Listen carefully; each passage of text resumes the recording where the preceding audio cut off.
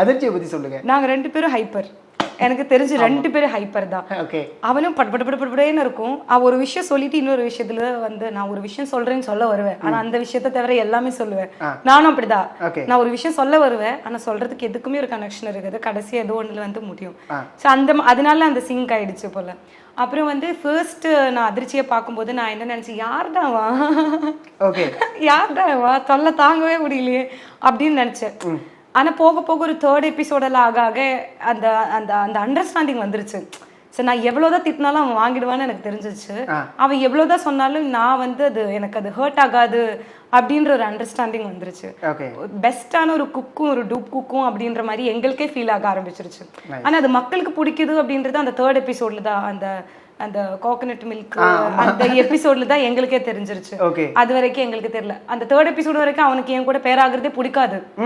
ஏன்னா நான் ரொம்ப டார்ச்சர் பண்ணுவேன், இந்த பொண்ணை தொல்லை தாங்க முடியாதுன்ட்டு. அவனுக்கும் பிடிக்காது பேராகிறது.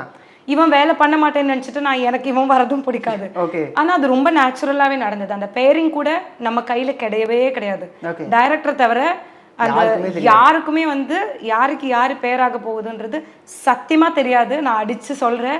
ஏன்னா நான் ஒர்க் பண்ணதுல இந்த ஒரு ரியாலிட்டி ஷோ வந்து மட்டும்தான் ரியாலிட்டி ஷோ. நீங்க எந்த சேட்டையும் நம்மள பண்ணவே முடியாது. ஸோ அந்த 3 times கண்டினியூஸா பேரான எப்படா வந்து 3 times வந்து கண்டினியூஸ் ஆனது, அது ஏதோ அப்படி நடக்கணும் அப்படின்னு இருந்து நடந்த மாதிரி எனக்கு தோணுது. ஃபினாலில கூட பாத்தீங்கன்னா ரொம்ப நல்ல ஃப்ரெண்ட்ஷிப் இருக்கு எங்களுக்குள்ள. பியூட்டிஃபுல்லான ஒரு ஃப்ரெண்ட்ஷிப் இருக்கு. எது வேணாலும் சொல்லலான்ற ஒரு ஸ்பேஸ் இருக்கு. எந்த டைம்ல வேணாலும் ஃபோன் பண்ணி டே இந்த பிரச்சனை இருக்குடா என்னடா பண்ணட்டும் அப்படின்னு கேட்டா இப்படி பண்ணு டெல்லு அப்படி டெல்லு அப்படின்னு சொல்லுவா. அந்த ஒரு ஃப்ரெண்ட்ஷிப் எங்களுக்குள்ள இருக்கு. ஸோ அதனால ஒரு நல்ல ஃப்ரெண்டை கிடைச்சது எனக்கு டிசிடிசி மூலமா.